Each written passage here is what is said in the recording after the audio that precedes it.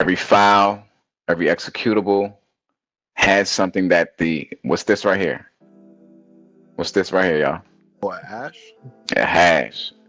So Jason, to answer your question, your antivirus is looking for signatures. It can look for signatures. It can look for patterns. It can look for behavior. It can look for heuristics. Most antivirus systems are looking for a signature, and the signatures could just be a hash. Well, it is a hash. Your hash is a fingerprint. No other application should have the same fingerprint. If it does, it's called a collision, a hash collision. Everybody should have their own fingerprint. So what your antivirus is doing is scanning for, it's literally doing what we're looking at. It's scanning this hash, but it would be doing that in real time. So if I had my AD turned on that Windows system and I tried to download that application, we want the Windows system to stop it. And based off of these results, is Windows Defender up here? So what VirusTotal is doing is it's a bunch of different vendors. You got Windows, McAfee, a whole bunch of different vendors. And when you upload an app, what's going on? I want the detection, bro. Okay, so when you upload a hash, a file, you can upload a hash, you can upload a file, you can upload a website, just in case you don't trust the website. Like the website here, this link, what you're supposed to do is not click it. What you're supposed to do is copy it and paste it out somewhere, preferably in VirusTotal, and it'll tell you if it's malicious. It'll tell you if any of these vendors, if any of these antiviruses, Kingsoft, Komodo, ClaimAV, Bitdefender, if anybody has detected something malicious. I just uploaded the malware we just created here, and look, half of the people here have detected it as malicious. These folks right here, bro, I'm not messing with them, because there's no way you can't detect I didn't even encode the payload. Like, I literally, encoding it means I'm trying to hide it.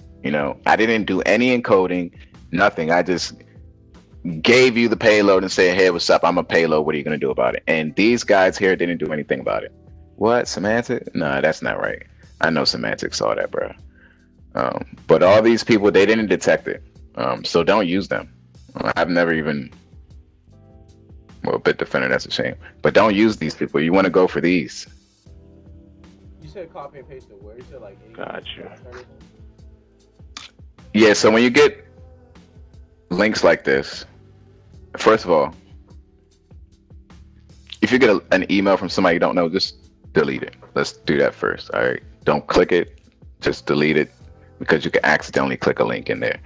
Now, if you do know somebody, if you do know the person who sent you the email, but you don't fully trust this link, I don't care who you are, I'm not going to click a link that you send me. I'm probably just going to delete the email. But if you want to be that guy, you can copy this, right? It's not going to work here because I created it. Hold on, let me see. I created it in this Word document, but I'm going to try something else. You copy this and you paste it. That's all I did. You see? It shows me the real URL. If I just right click this, copy hyperlink, paste it into a different notepad or something. This doesn't look like a legitimate website. Why do I see the IP and not the DNS? So you wouldn't click it here. If you did see a DNS, let's say, where do I go back? Let's say somebody sent us VirusTotal and we didn't know what VirusTotal was, right? Well, I'm interested. Let's type in onlinesecurity.com. Let's see if they got me doing anything bad. You see, if you got a URL, a domain, or something you just don't trust, you put it in here, and so far we look good. Unrated. I'm gonna need y'all to go ahead and grab my hashes, bro, and rate me. But that's what you would do. You don't click links. You don't click bad links. This is how malware works. This is nothing, honestly. We can do a lot more. Like I said, I created a plain and simple piece of malware. So when... If you had a question in the chat, by the way, we get a chance. Oh, my bad, y'all. Can you go over how you found the hash again? Okay, so when you scan the application, would it detect the malware? I think I answered this one. Let me go back, because everybody had a question. My bad, y'all. Let me do this one by one real quick. Sheesh. All right, we got Joel. Can you stretch the screen down? How do you know which port should be closed and which port should be used? perfect question. That's like a use case scenario question. In every organization you go, nothing is going to be the same. Nobody's going to be doing the same thing. You guys learn, and please, I'm going to tell you some stuff, some good information. Please, please, please, please, please, don't take this to your exam. Okay, on your exam, there's a book way. Take your exam the book away. In the real world, certain ports that you know to be used for a certain service are not going to be used for that same service in different organizations. Everybody's not going to use port 22 for SSH. They should, and they could, they may be, I mean, I don't want to confuse it. There's ways you can tunnel that traffic into other ports. Everybody's not going to use port 21 for FTP. They could, they could, right? But certain people are going to change their default ports just because of security purposes.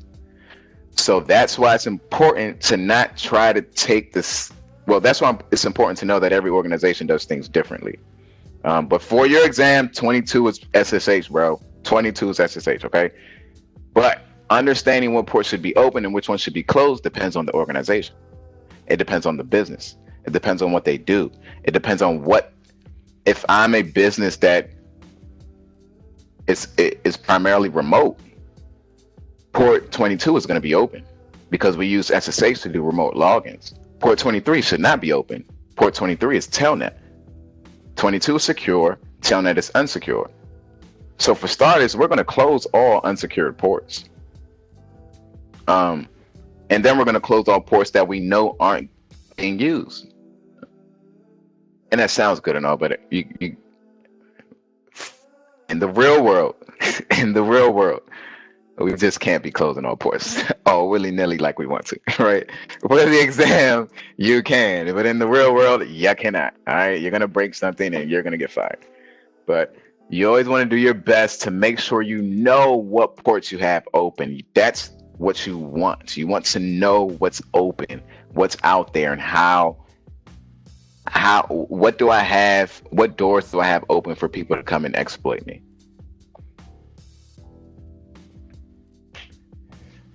Okay. When you scan applications, will it detect the malware? Yes, it's supposed to detect the malware.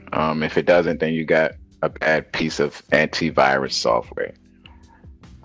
And let's make sure we know the difference between AVs, antivirus, and firewalls. I used to get this confused when I was first starting out. AVs and firewalls are two different things. Firewalls are mainly set up to block and allow traffic going inside and out of your network. Okay, that's what they're really set up. So let's take my IP address here. We all know it's a bad IP address. We know this guy should not be, we don't want him on our network. You would block this at the firewall, not at your antivirus. You're gonna block this at your firewall. You can block it at the network firewall and the host-based firewall. Why would you do both? Defense in depth, defense in depth, defense in depth. If they get past the network firewall, you still have the host-based firewall. And the antivirus, that's really set up to block malware. So let me turn this one back on. I don't think it's gonna work. That should advanced virus. All profiles stay on. Yeah, it's not gonna work right there. I gotta run it as admin. I'm trying to turn all my firewalls back on. Advanced firewall. What was it again? This is all profile stay on. Did I spell it wrong? Oh, yeah, I be tripping sometimes, man. Okay. And just to make sure it's turned back on, I'm just gonna do this.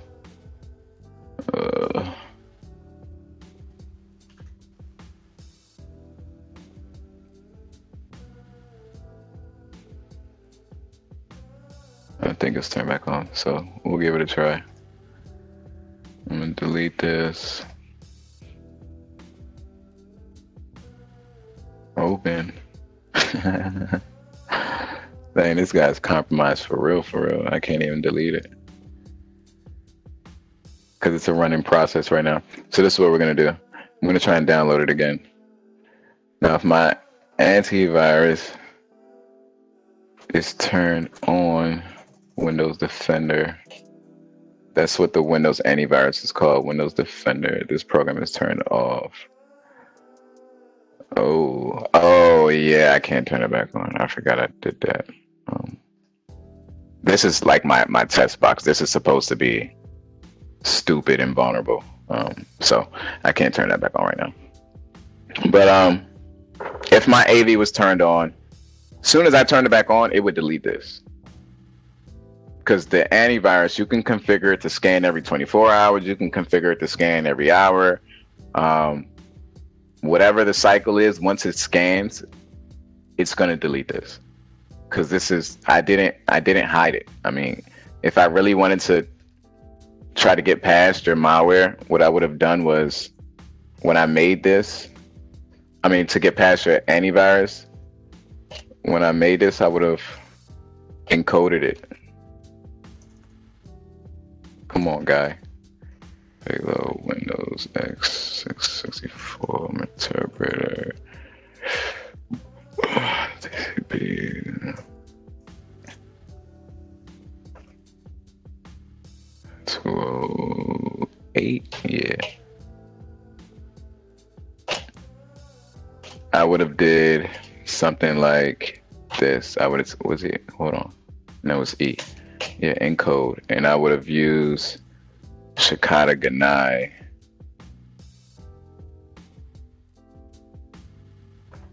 If I even spelled it right, I doubt it, bro. Shikata Ganai. Yeah, I did, but I forgot to put this. Is that x86 Shikata? So this is an encoder, and I would have just said, hey, encode this 10 times. Hey, output application.exe. No, I should. You're gonna see it encoded. It just encoded it 10 times. All right. Now I'm really trying to hide from somebody's antivirus because I just tried to hide. Well, when I say encode, I'm trying to hide my payload. I'm trying to have it go undetected. Let's see if that did anything. We can load it back up in here and see how many people detect it now.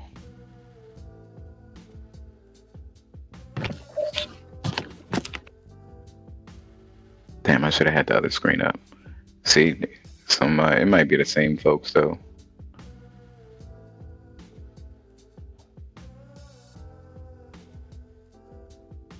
I feel like we got more people where it's going undetected than the last time. But encoding it, that now I'm trying to hide. You know, there's a few things I can do, honestly. I can turn your antivirus off from my system, so I don't even have to worry about it. But before I do that, I have to get on your system. And then I have to escalate my privileges. Like, it's a lot. But you guys are learning everything, especially in the June class. You've pretty much learned enough to understand a pen testing process. Because once I'm on the system, okay, I was on it with Interpreter. So if I didn't have admin level privileges, I would have to try and escalate my privileges. There's a bunch of ways you can do that too.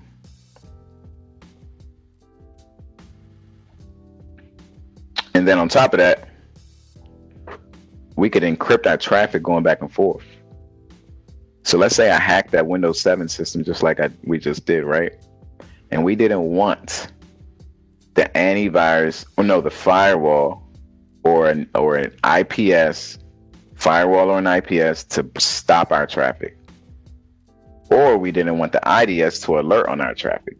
We would just encrypt it. We would encrypt it going back and forth. Now that's scary, bruh. That is scary. Like, you're using something that was meant for good to compromise me. So you're encrypting your traffic. Encryption is supposed to hide it. You're encrypting your malicious traffic, sending sensitive data back and forth. Now the DLP solution, the DLP tools we have aren't they're not going to work unless there's an SSL decryptor that the June class should know about, unless we have an SSL decryptor in our organization. If we don't, all I have to do is encrypt my traffic going back and forth, and I got you. I'm good. Like, I can just keep doing that for years, and you would never know if you didn't have a decryptor in your organization. How are you going to see the traffic coming inside? That's why it's important for email gateways to have these decryptors. It's important for firewalls to have SSL decryptors. It's important for NIPS and NIDS, NIPS, Network Intrusion Prevention System, NIDS, Network Intrusion Detection System. It's important for them to be able to decrypt traffic, because you're done if you can't see encrypted traffic going in and out your network. That's the easiest thing to do. But that's how we make our malware, y'all. This is just one way to do it. This is one way to send it over. There are 1,000 ways to do this. There's not one way. There are 1,000 ways. And if you want to get into pen testing, I strongly advise it. It's a booming field. Everybody needs us. Everybody wants to see where they're vulnerable. That's what we do. We show you where you're vulnerable, and we show you how we compromise. If you want to get into pen testing, Security Plus is the best way to start. If not the only, I think it's the best way to start. I'm not going to say the only way, but it's the best way to start to get your feet wet so you can get a foundation of security. Because pen testing is really, you're not just doing one thing. You have to understand vulnerabilities. You have to understand malware. You have to understand networking. You have to understand system administration. You have to understand Active Directory. You have to understand how everything works. You don't have to be the best, but you have to understand how everything works if you're going to successfully exploit me. Because I'm telling you right now, these automated tools are not going to work in a real world situation. And most of them, most government agencies, most people know about Meterpreter. There are YouTube videos about it everywhere. Obviously, they're going to have, like when I ran it in VirusTotal, I didn't have to encode it, and everybody knew what a Meterpreter payload was. So you have to know a little bit of everything in order to successfully create or to successfully exploit somebody. Now, we didn't get to go into the OSI model today. We're going to do that next Thursday. I promise. I got y'all. And then the Thursday after that, we will be going into Splunk. And I think that'll be good timing for both classes to see Splunk at the same time. Because the way we're going to look at it, it's not going to be a surface level. Like, we're going to look at it. Like, yeah, we're going to have fun with Splunk. It's better that you all understand. So I'm gonna stay on for about another 15 minutes. If you guys don't have any other questions, let me know. If you do have questions, let me know. I'm gonna stay on. Let's answer them. I'm here. Get me while you got me. Got a question. As far as knowing your, I guess, victim or who you want to attack, does the virus or the method actually matter, or is it just you have to know how you're delivering it? So ask it one more time. I want to make sure I got it right before I answer it. So when you're creating an attack, does the method matter? For instance, does the type of Trojan, type of worm, and all that stuff, do you have to know a person's hardware to create those things, or you just have to know how it's going to be delivered, and any virus is going to work anywhere? So you have to know. Okay. You can try. You can try to use any virus to see if it'll work, but 7 times out of 10, it's not going to work, because payloads are configured for specific operating systems, right? So look, what we just did right here. Oh, that's a good question, because I can show you this. So right here, right, when we're creating this payload, we're specifically creating it for the Windows operating system. Okay, I didn't peep that. Okay. And then there are 2 types. You have the X32 and the X64.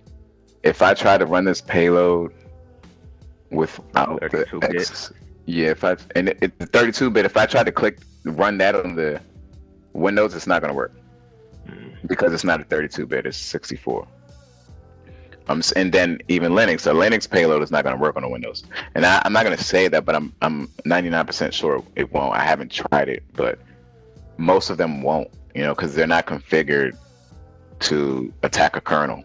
they're configured to attack the Windows operating system, specifically 64-bit or 32-bit. So the reconnaissance phase, so pen testing has, all in all, it has 5 phases. You're probably going to see them differently everywhere. Everybody wants to call it whatever they want to call it. But you have your reconnaissance, which is, to me, is the most important phase. Reconnaissance is where we're grabbing all of our information that we need about our victim. We're grabbing all of it. And we're talking about as many IP addresses we can, some DNSs, some emails, maybe some usernames, where these people like to go eat. Like, we're getting everything, because the more we have, the more success of exploitation. So during that recon phase, we need to know the operating system. We need to know if we're doing our footprint. We need to know where the firewalls are. We need to know where the network layout, the layout of the network. We need to understand what applications they may have on their computer, because they may have something vulnerable we can exploit. I guess you really need to know who you're attacking, because if you don't, you're really shooting a shotgun at a target that's like 300 meters away. So, all right. So when people are sending out these spam things, they're just probably looking, well, what's the most used version of Windows or something, and credit for that. So when people send out the spams, they're just trying to get lucky, right? And there's a bunch of ways you can configure your spam. So a good one, they're trying to get you to click their link. And when you click their link, so you're thinking of malware one way right now. Okay. You're thinking of it being used just to get into your system and break your door. That's a good way. I mean, that's what we want. That's the end goal. But most malware isn't configured like that. So so specifically to what you're talking about, if somebody clicked the link, I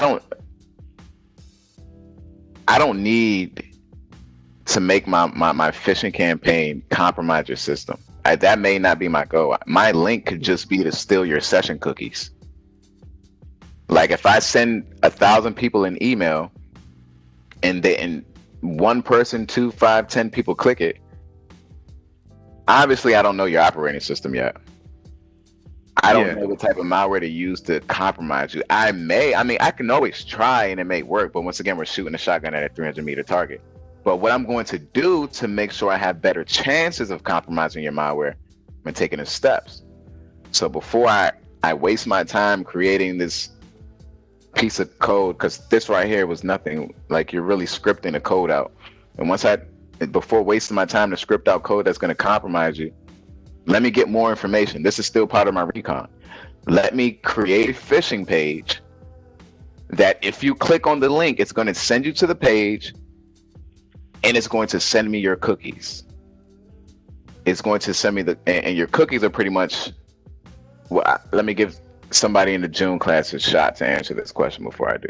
To explain cookies, because that's a big goal of attackers. Before I get onto your operating system, before I try to compromise you, let me get your cookies, because, well, let me not do that. Let me give somebody a chance to elaborate on cookies. So it's basically like information in your browser. It pretty much just like shows like what you've been doing up there, and like it might have some personal information in it. Yeah, man, look, June class over there sounding like security gurus. I'm not even gonna lie to you, man. But that's what cookies are. It's just your information. When you log into Facebook, when you log into Instagram, when you log into your bank, you don't have to keep logging in and every time you leave the page. If you close it out or if you open up a new tab, you don't have to log back in and out. You don't have to log back in, because it doesn't log you out. It doesn't log you out because of your cookies. The cookies is what keeps your session sticky or persistent. If I steal your cookies, I can use them. I can enter them into my web browser, and now I have access to what you have. If I steal your cookies, I could possibly figure out what version of the web browser you're using. Now, I don't need to make my malware to compromise your operating system. I can create malware to compromise your browser. Oh wow, okay. Or you have an outdated application on your phone, on your laptop, on your computer. I can focus on my malware. I can focus creating my malware to exploit that application. It doesn't have to be the operating system. Gotcha. That was a good question, man. It sounds like you're trying to get somebody. I ain't gonna say no. I got you if you need some help.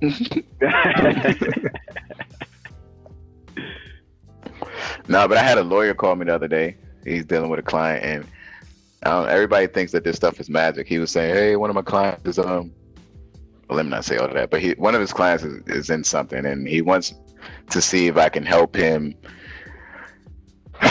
Probably shouldn't have started that story. He wants to see if I can help him get something with like let's just say a social media account is out there, and he wants to see if I can find the address or it's whoever created the social media account. No, I can't. I'm not a wizard. I'm not a genius.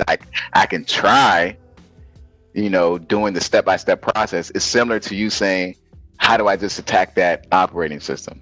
Well, I can't just do that. I can try, but I can't just do that. Just like I just can't tell you who's behind that account. I can try. If they have an email address behind it, then I can start from there.